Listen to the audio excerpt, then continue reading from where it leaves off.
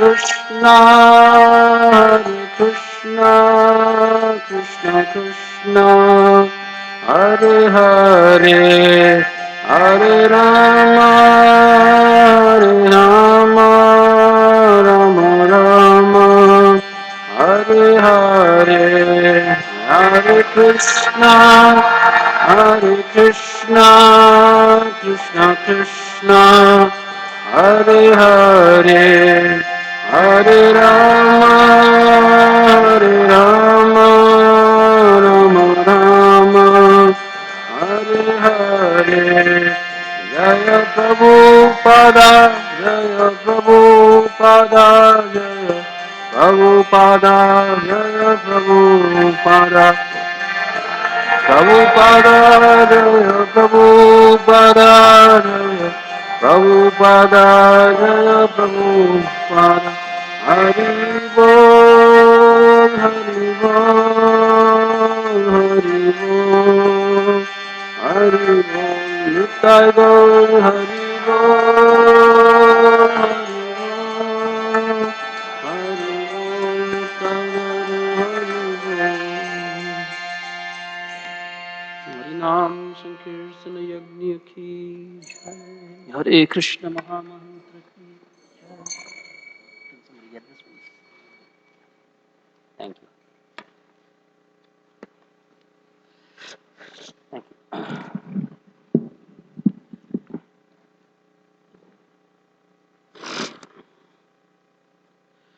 Narayanam Namaskrityam Naram Chaiva Narottamam Devim Saraswatim Vyasam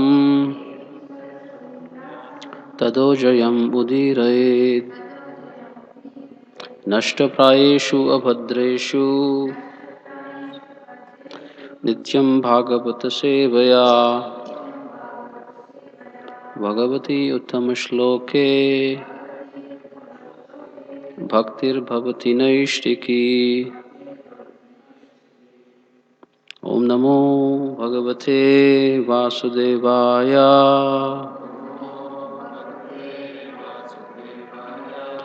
Om Namo Bhagavate Vasudevaya.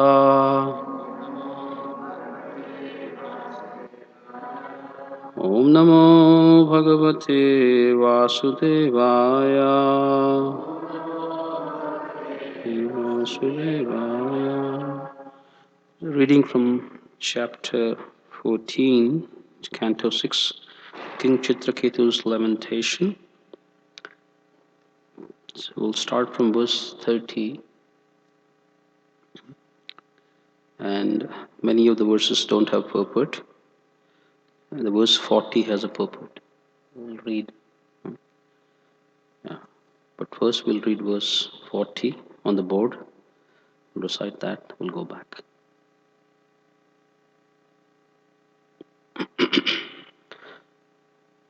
Dig aprajam striyam papam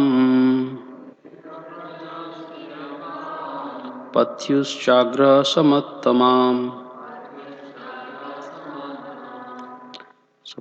sorry. Patyuschagra samattam suprajibhi sapatnibhir dashim iva tiraskritam Dhig aprajam striyam papam patyuschagra samattam suprajabhi sapatnibhir dasim iva tiraskritam Dhig aprajam striyam papam patyuschagra samattam suprajibhi sapatnibhir dasim iva tiraskritam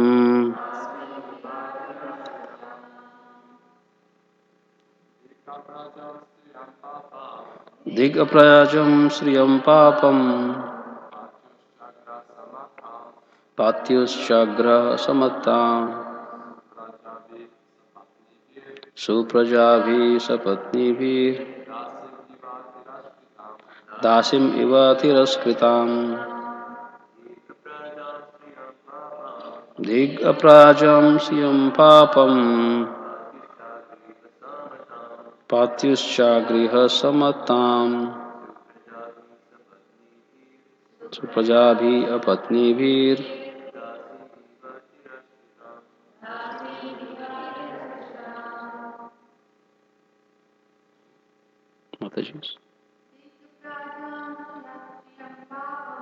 दिग्प्रजां श्रियं पापम् पत्युश्चाग्रह समत्ताम् सुप्रजाभिः सपत्नीभिर्दासीम् इव तिरस्कृताम्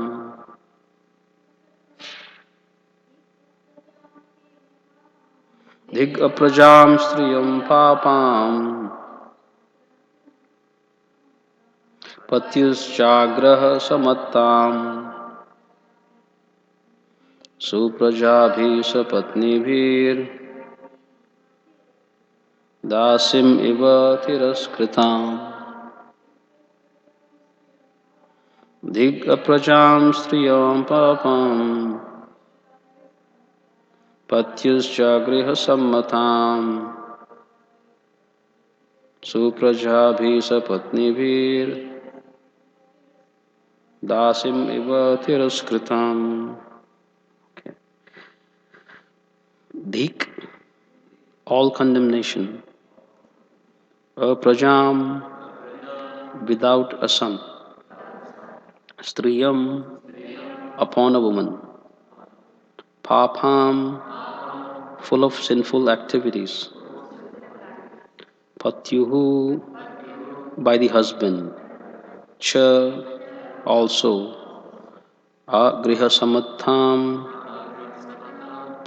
who is not honored at home. Suprajabhi, who have sons. Sapatnibihi, by co-wives.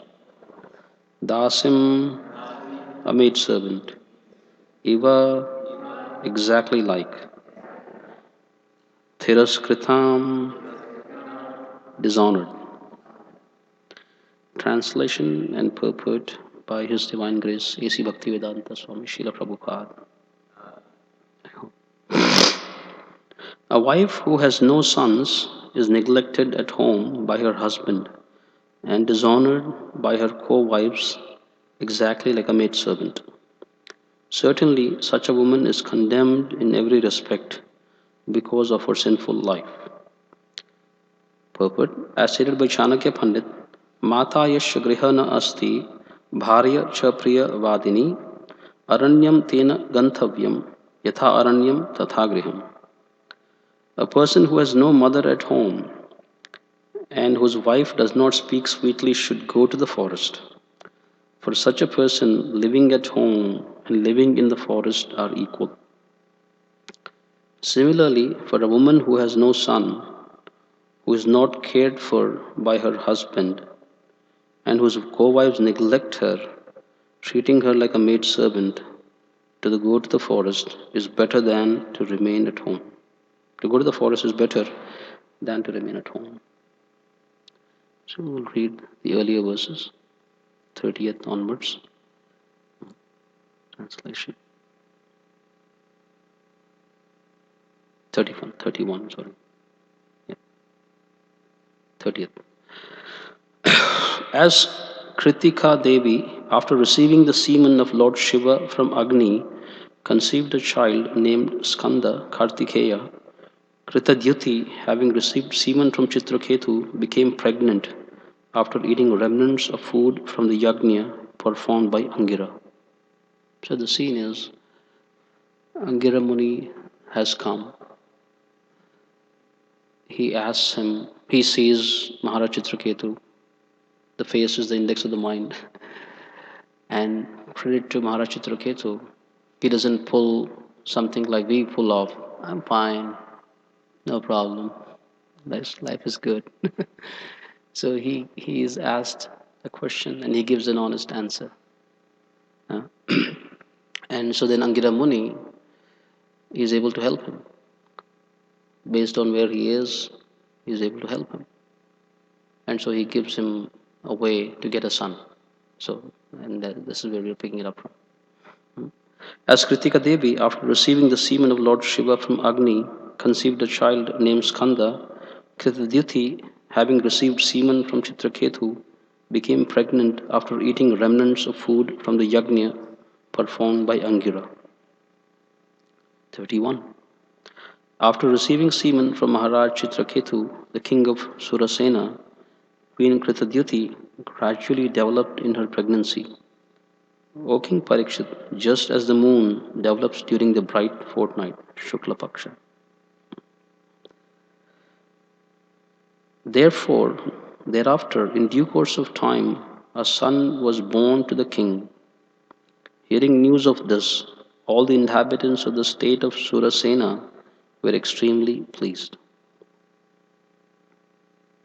King Chitraketu was especially pleased. After purifying himself by bathing and by decorating himself with ornaments, he engaged learned Brahmanas in offering benedictions to the child and performing the birth ceremony. Text 34. Unto the Brahmanas who took part in the ritualistic ceremony, the king gave charity of gold, silver, garments, ornaments, villages, horses, and elephants, as well as 60 crores of cows, 600 million cows.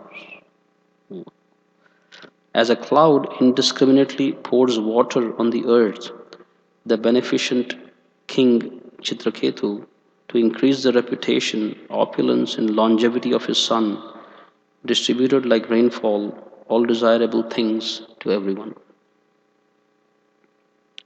When a poor man gets some money after great difficulty, his affection for the money increases daily. Similarly, when King Chitraketu, after great difficulty, received a son, his affection for the son increased day after day. The mother's attraction and attention to the son, like that of the child's father, excessively increased. The other wives, seeing Kritadyuti's son, were very much agitated, as if by high fevers, with the desire to have sons. As King Chitraketu fostered his son very carefully, his affection for Queen Kritadyuti increased, but gradually he lost affection for the other wives who had no sons. The other queens were extremely unhappy due to their being sonless. Because of the king's negligence towards them, they condemned themselves in envy and lamented. And then was today's text. A wife who has no sons is neglected at home by her husband and dishonored by her co-wives exactly like a maidservant. Certainly such a woman is condemned in every respect because of her sinful life. Om Ajnana Timirandhasya Jnananjana Shalakaya Chakshurunmilitam Yena Tasmai Shri Gurave Namaha Shri Chaitanya Manobhishtam Stapitam Yena Bhutale Swayam Rupa Kadamayam Dadati Swapadantikam Vandeham Shri Guru Shri Yutapadakamalam Shri Gurum Vaishnavamsya Shri Rupam Sagrajatam Sahagana Raghunathanvitam Tham Sajivam Sadvaitam Savadhutam Parijana Sahitam Krishna Chaitanya Devam Shri Radha Krishna Padan Sahagana Lalita Shri Vishakhanvitam Scha He Krishna Karuna Sindho Dinabandho Jagatpate Gopesha Gopika Kanta Radha Kanta Namastute Tapta Kanchana Gaurangi Radhe Vrindavaneshwari Vrishabhanu Devi Pranamami Hari Priye Vancha Kalpatarubhyascha Kripa Sindhubhya Evacha Patitanam Pavanebhyo Vaishnavebhyo Namo Namaha Shri Krishna Chaitanya Prabhu Nityananda Shri Advaita Gadadhar Srivasadi Gaura Bhakta Vrinda Hare Krishna Krishna Krishna Hare Hare Hare Rama, Rama Rama, Hare Hare. Mukham karoti pashalam, pangum langhayate girim. Yat kripatamaham vande, Shri Gurum Dinataranam. I pray to Prabhupada, Kishore Kishori, and all the devotees to speak on this rather touchy and hot topic. But anyway, so this is there in Srimad Bhagavatam. So, firstly, yeah, so that's where we'll begin. Firstly, Srimad Bhagavatam is a scripture, is a spotless Purana. It is completely beyond the modes of the material nature. Uh, its motivation, its goal is one: unalloyed devotional service unto Krishna. So when we come across some pastimes that are seemingly bewildering, we have to clearly understand, what the scripture, is all about. And if there are some passages in the scriptures that are difficult for us, mostly it is something about us, and that's why it is difficult for us. It's not the scripture. It's definitely not, Sukadev Goswami or Vyasadev or Parikshit Maharaj. If there is a pinprick, it's here. Hmm? Yeah. So that's the first thing I wanted to mention. Um, so you've already heard what's happening. Maharaj Chitraketu, he has everything, in the world, but he doesn't have a son.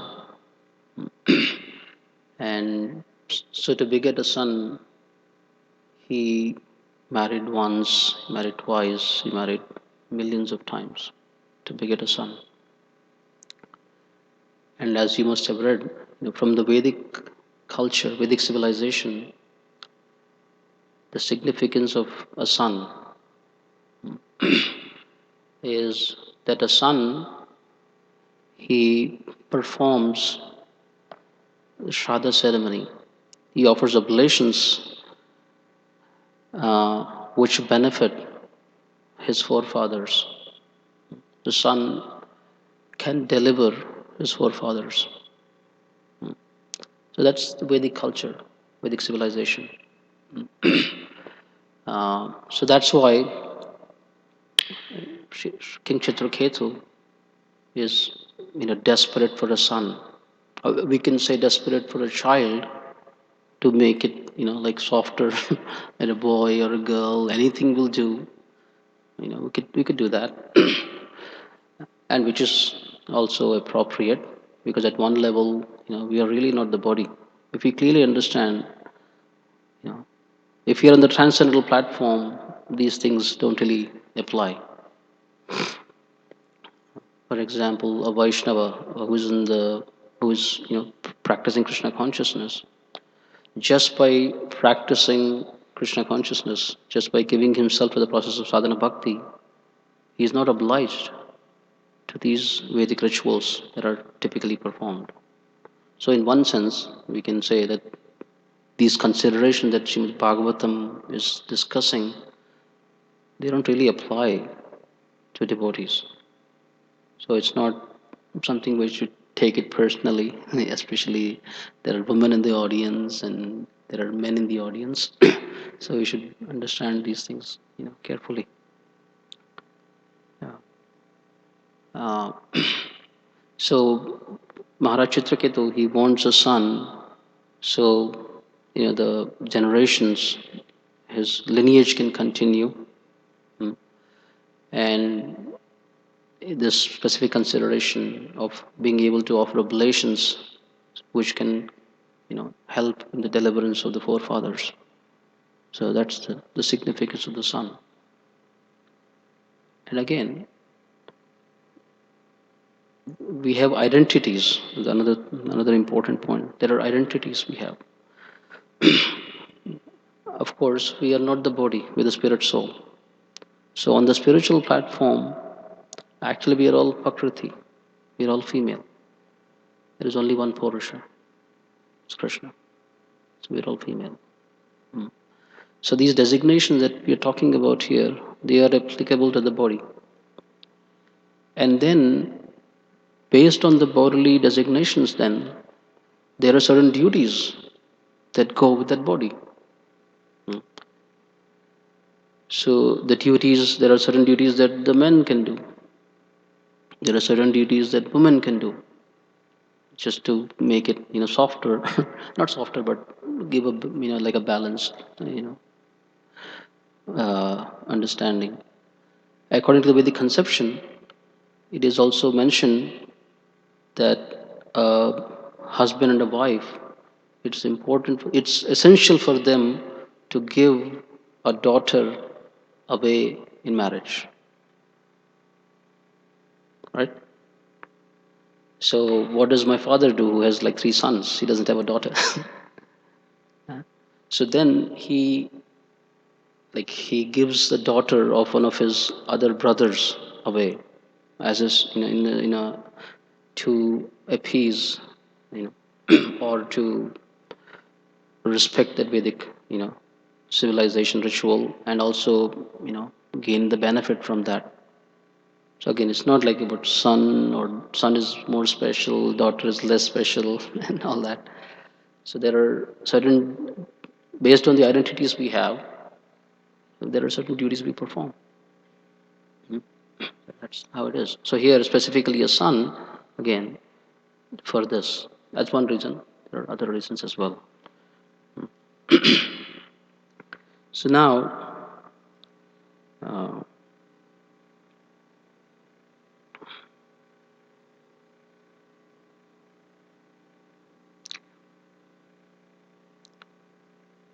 so what has happened is, so Angira Muni, he comes and he gives him a means, he performs a yajna, he gives him some prasadam from the yajna, and he blesses King Chitraketu. And he tells him in a riddle sort of a way, Harshashoka, your son's name will be Harshashoka. So he'll bring you some joy, he'll also bring you some lamentation. And that's what happens. So Maharaj Chitraketu and his first wife, Kritadyati, they conceive a child, a son. And then, as it is mentioned here, in due course of time, the son was born, and then all the inhabitants of the state of Surasena were extremely pleased.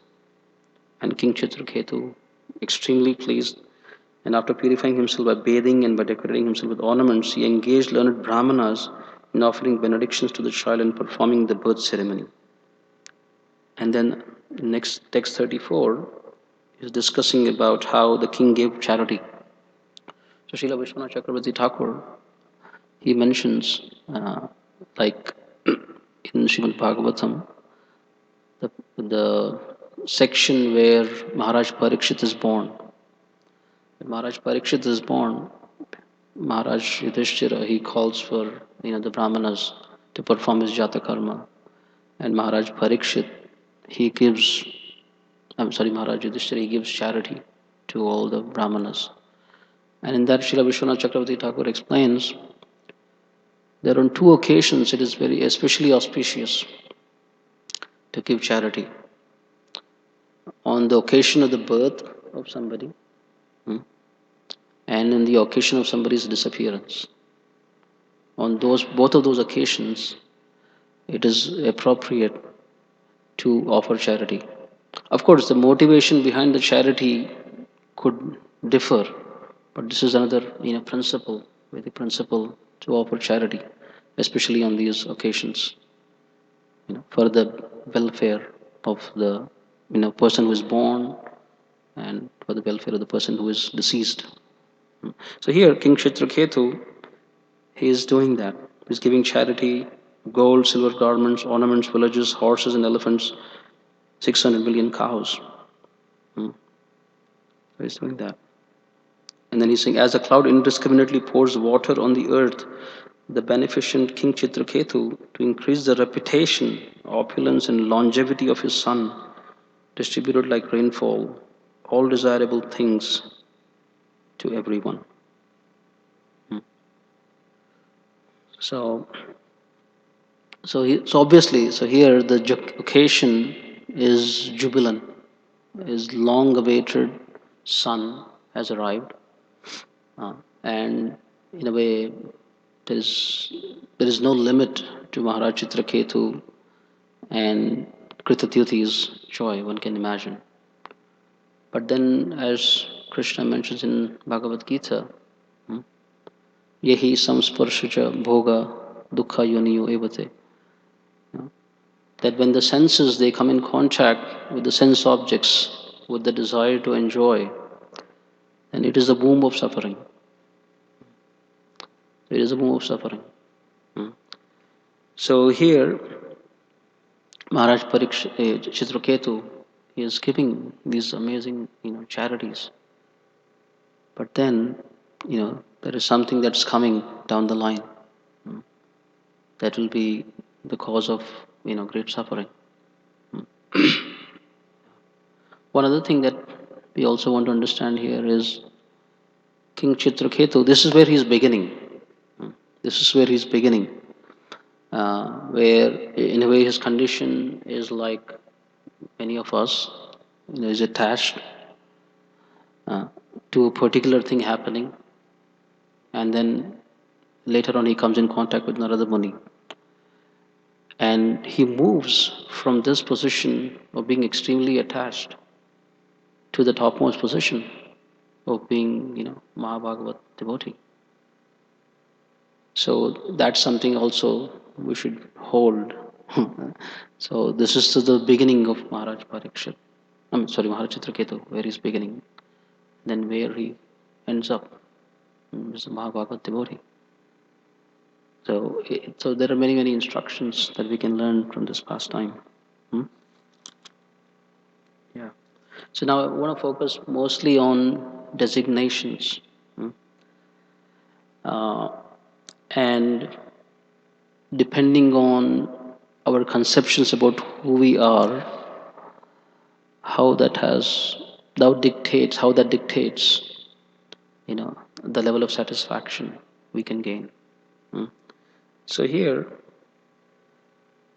the mother's attraction and attention to the son, like the child's father, excessively increased. The other wives, seeing Kritaditi's son, were very much agitated, as if by high fevers, with a desire to have sons.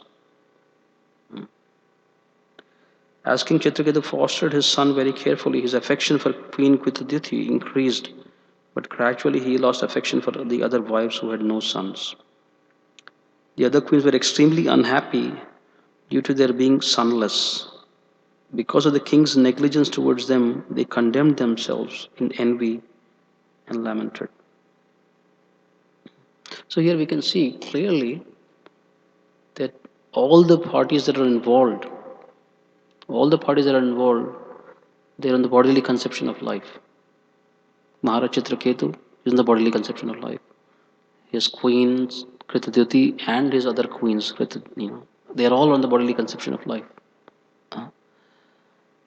So there is no conception of the soul, and then so obviously it's, at least from these verses, it is clear that they are not directly acting in their relationship with the Lord. So their identity is just based on bodily conception. So from the bodily conception of life, for a woman, for example, one of her services is to procreate. Like we hear many times, our identity is defined by what we can do or what we cannot do. Right? For example, if I can play musical instrument, then I identify myself as an artist. If I can beget a child, I identify myself as a father. If I cannot beget a child, I can identify only myself as a husband. So these designations, they are dependent on, what we can do. That's the bodily conception. So from the bodily conception of life, feel. and the woman failed here. But then, if, as I said, and that's why I'm emphasizing on the point, then if one of them was not in the bodily conception of life, things would have been different. So, in a way, this is like a self-perpetuating, or it's like a downward spiral. If I have those that are around me, they also have an issue with their identity. We will not be able to help each other. So here, that's what's happening. King Chitraketu, he has his reasons for having a son and whatnot, but then he defines the success of his life. So, in the absence of another of our true reality, this is but natural. And so, obviously, in this case, it is also natural what is going to happen in the future. Like Angida Muni, he had a prophecy. He named him Harshashoka because he saw it coming.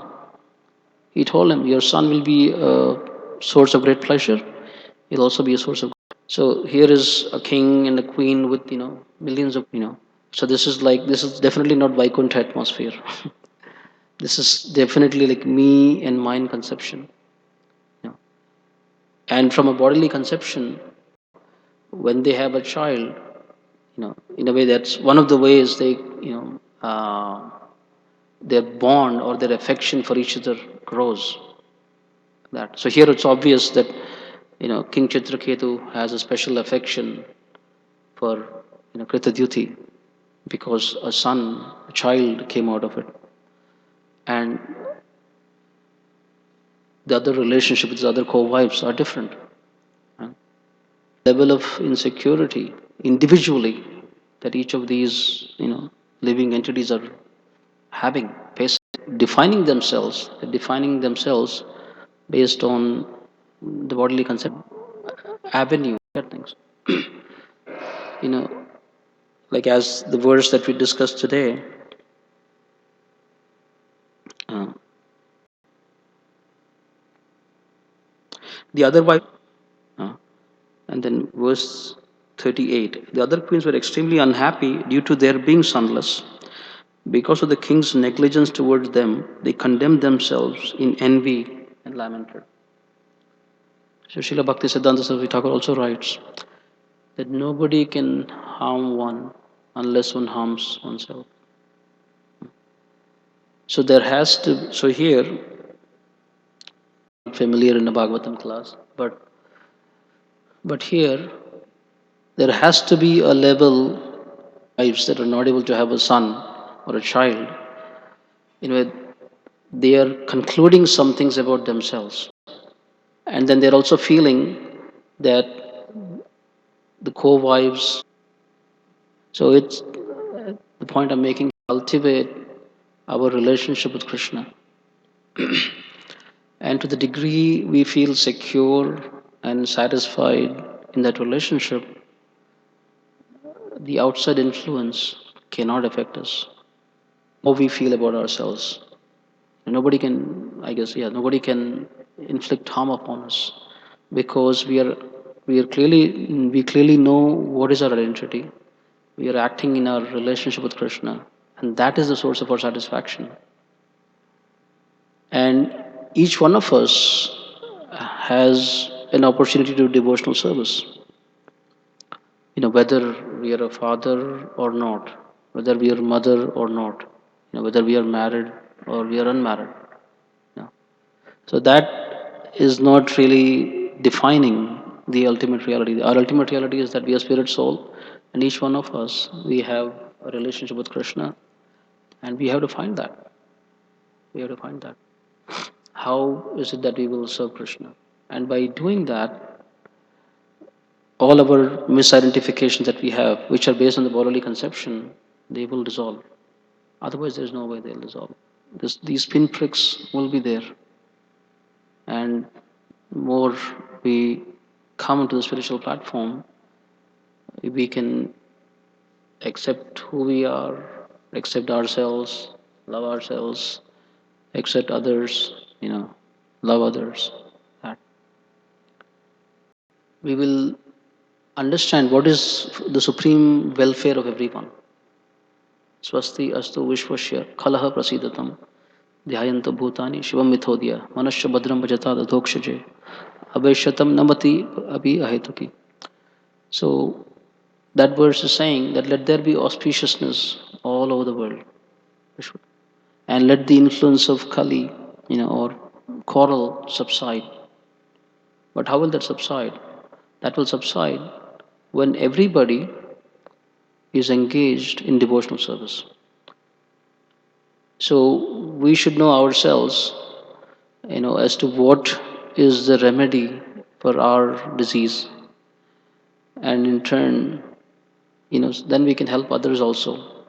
So we don't offer them like a band-aid solution or a patchwork solution, but give them the ultimate solution. So by engaging in devotional service, we will think of each other's welfare. That's what that verse is saying. So here, obviously, the situation where we are walking into right now, this set of verses, there is no devotional service that's happening. They are not thinking about each other's welfare.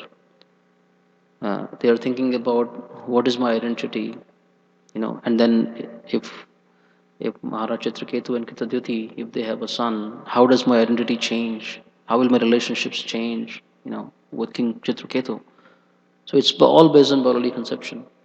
But on the other hand, if we cultivate, again, if we clearly understand who am I, our identity first, then we can have a broader understanding of our duties. Like Arjuna asked Krishna, I am confused about my duty. Please explain to me what is my duty. Before Krishna tells Arjuna what is his duty, he says, let's first understand what is your identity. So he tells him about the soul. So he says, so your identity is you're the spirit soul, you're not the body. And the nature of the spirit soul is to do devotional service, engage in bhakti. So Swadharma, one can say, it's on two levels. One is on the platform of the soul, and then one is on the platform of the body, psychophysical nature. So every one of us, all the living entities, can act on the platform of the soul in our relationship with Krishna. The bodily, you know, platform, there may be some, there may be some, one can say, obstacles. Why? There may be some, in part, because, like here it is mentioned, this verse is talking about, it's a heavy word, but saying sinful. So just taking not, so we may have some limitations on our body based on our past activities. Somebody is born blind, somebody is born deaf, somebody whatever. So those are limitations on the body, in primarily because of the laws of karma are acting, like that. But then, so those laws of karma, they put a prohibition, or they put a limitation on what we can do in our bodies. But the spirit soul is on a different platform. Nothing can check devotional service. Ahetuki apratihata, ye atma suprasidati. Anybody, there are no, yeah. So the point I'm making here is that the identity, we can always cultivate our identity with the Supreme Lord on the spiritual platform.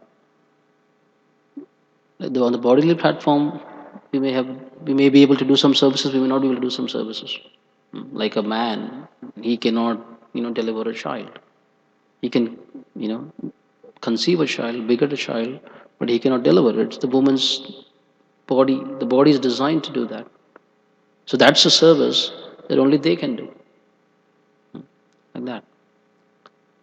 So in this particular situation, if we look back, if we take a step back, there has to be a reason, obviously, why Maharaj Chitraketu is unable to have a son, Kritaditi is unable to have a son, and all these, co-wives are unable to have a son. That. So unless we understand, the principles of, karma, reincarnation, it's really hard to explain why do bad things happen to good people, and why do good things happen to bad people. And thanks to, Srila Prabhupada, he has clearly identified all these, principles in his scripture. And he also mentions that, amongst all of these, karma is something that is not eternal, right? It is temporary. So, and by taking up devotional service, one can, even check the influences of karma. One can check the influences of karma.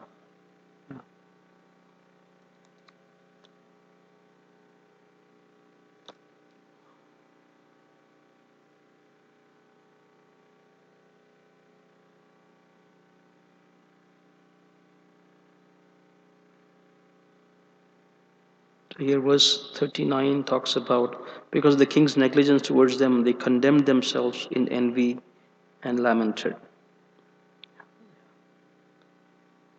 Yeah. And then verse 40 a wife who has no sons is neglected at home by her husband and dishonored by her co-wives exactly like a maid servant. Certainly, such a woman is condemned in every respect because of her sinful life.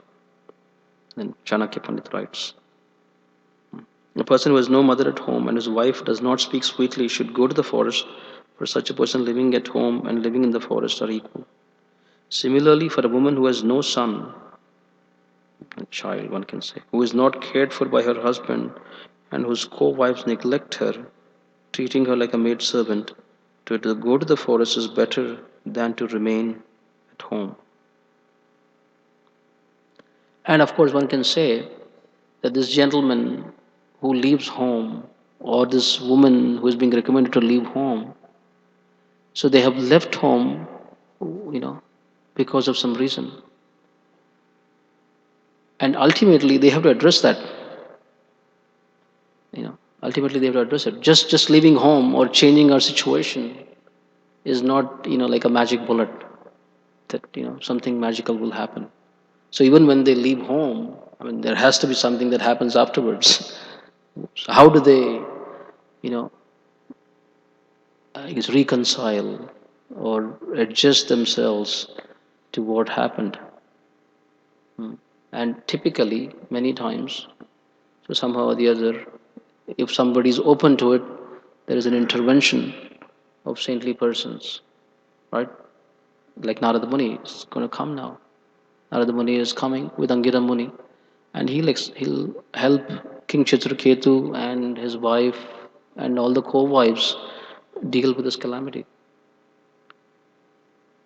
Because the real enemy is within our heart. It's not outside. So no matter where we run away to, or whatever we run away from, we can't really run away too far. So somehow or the other, we have to, whenever it begins, however it begins, we have to look into these things in our heart and address them in devotional service. So those are some of the things I wanted to share today. If anybody wants to add anything, make a comment. Himangi Mataji first. Since yesterday I was thinking how relevant is this pastime, one obvious thing is like it's talking about attachments. When one is overly attached, um, one gets blinded. Even for even when saintly persons are present and are giving saintly advice, we are blinded. We are not ready to receive it. And I was thinking on a practical side, it's very easy for grihasthas to relate with this pastime. And I was thinking, so how do brahmacharis relate to a pastime like this in a practical way? And then as I was thinking, I was remembering how Prabhupada said that he left his children and took sannyas, and now he has so many children through preaching. And I was thinking that in that sense, it's very relevant for those who are not married but are preaching. So even preaching service should be taken up very carefully under proper guidance, under proper authority, and on a regular basis. Guidance should be taken. If not, those who come through our preaching programs, they are like children, because you have to care for them and you have to make sure that you're connecting them to Krishna and the disciplic succession. And when we lack that, then we do disservice. And if somebody is already attached that I want to be a preacher, I want to be a preacher, and maybe they may not be a preacher, but then the spiritual master will say, okay, preach. But then when you go with that attachment, then one may find a lot of obstacles. And it's very similar to having a child and being attached. And even for grihasthas, I was thinking, for some grihasthas, especially for me, I was reflecting, because motherhood was more like an instruction that came. And I was thinking there were times when it used to be very difficult. I would say, oh my God, why did I even take up this service? Like, it's so difficult. But when I reflect back in the past 10 years, even though there were many challenges and everything, there was constantly Krishna's mercy and protection, because the service was done under guidance. And if for some grihasthas the instruction is not to have children, or is been blessed by the spiritual master or authority not to, women don't have to be overwhelmed that what if after 20 years, I may feel this and that. You may feel something that I didn't become a mother, but Krishna's mercy and protection still will be there. Either situation, there's mercy and protection always. We have to have, faith in that. So these are some of the thoughts. It's still not very clear. It's developing. So I thought I'll share. Yeah, thank you so much. Yeah, Bhaktisiddhanta Saraswati Thakur talks about, there's one small quote. He talks about, platform speakers. He says platform speakers actually they don't do any good. And he talks about how uh, preacher means actually he has to be ready to go get down in the trenches with the persons. So whether, and as Guru Maharaj sometimes jokes, you have one child, talk about having hundreds of children and hearing their issues, dealing with their issues. So we are thinking, so there is no easy way out, basically. Yeah, yeah. Like the other day we were reading Queen Kunti's prayers. You're saying a pure devotee, he gives up his own family to widen the scope of his activities. So he accepts Krishna's family. So it's not that he doesn't accept any family. So actually he's even more, he should even be more considerate or careful before he takes that step. He or she. He Brahmachari and sannyas. Yeah. Thank you. Thank you. I'm just referring to the wives. Yeah. When something bad happens to us, we usually have a tendency to condemn ourselves, and I was just wondering why. Where's that coming from? Say that again. Why do we have a tendency to condemn ourselves? Something bad happens to us, and we're just like, oh, I'm such a loser. Why we have a tendency to condemn ourselves Yeah, when when something bad happens. Uh,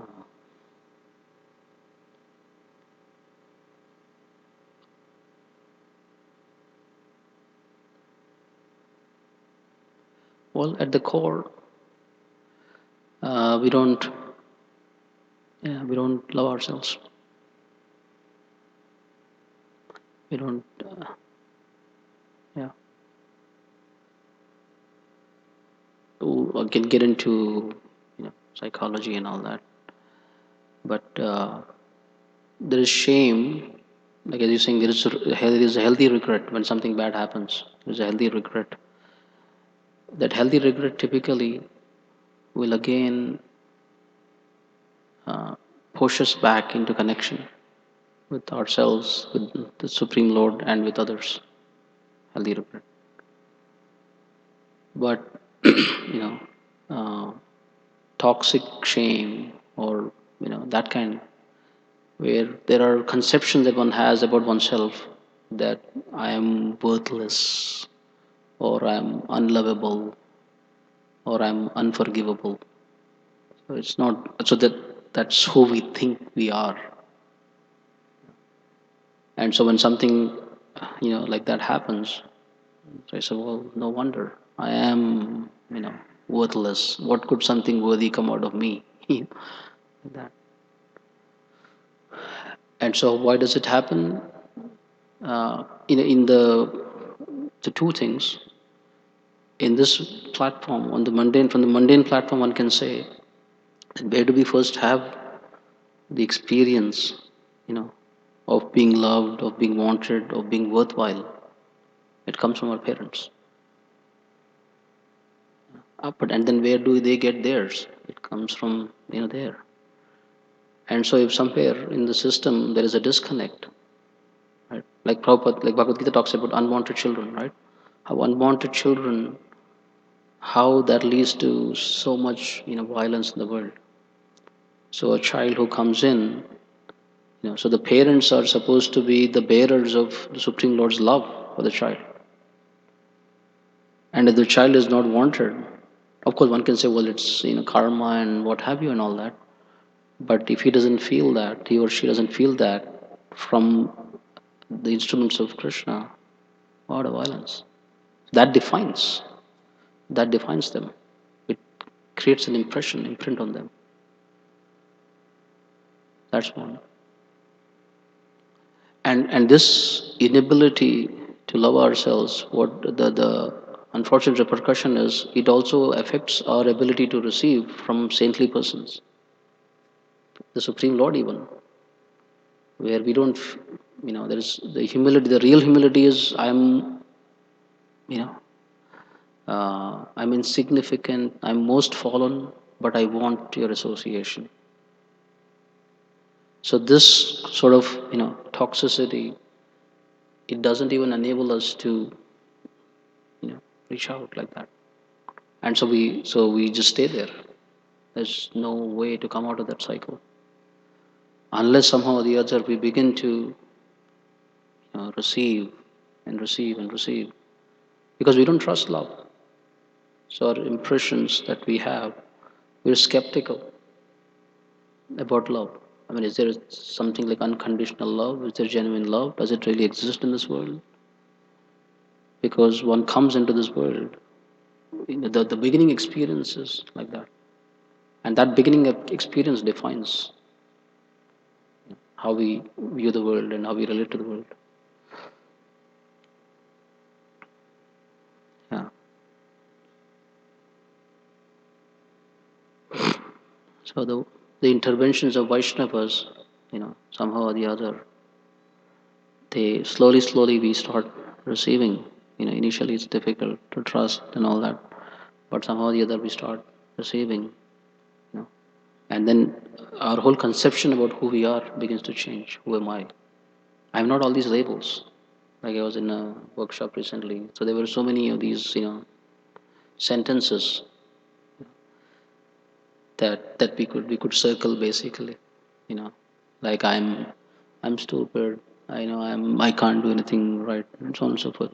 And some of these messages we've received overtly from our family system or the society, or covertly, and we have begun to believe them, we have begun to identify with them. That, yeah. And so the way out is somehow or the other, yadrichaya, receive the mercy from the devotees and change the conceptions that we have about ourselves. These are not our actual label is Krishna. The reality is Krishna, his capacity to enjoy rasa, love, and actually, so Krishna creates, he expands himself into living entities. Things happen on this bodily platform, but that's who I am. I can give Krishna pleasure. It seems like wow, that's seemed like proud, but hey, I was created. But that's my existence. Of course, something happened, Yadrichaya, I turned my face away from Krishna and I'm here. And now I'm struggling. But that's who, devotion is my natural condition. It's not something to be gained from outside. It's a way that is gained from outside. So that's who we are. So all these things are just, coverings. And my realization is actually it is the grosser shackles, they've got us prisoners, Maya. All these conceptions that arise from the mind. Anything else? Hare Krishna, beautiful pastime.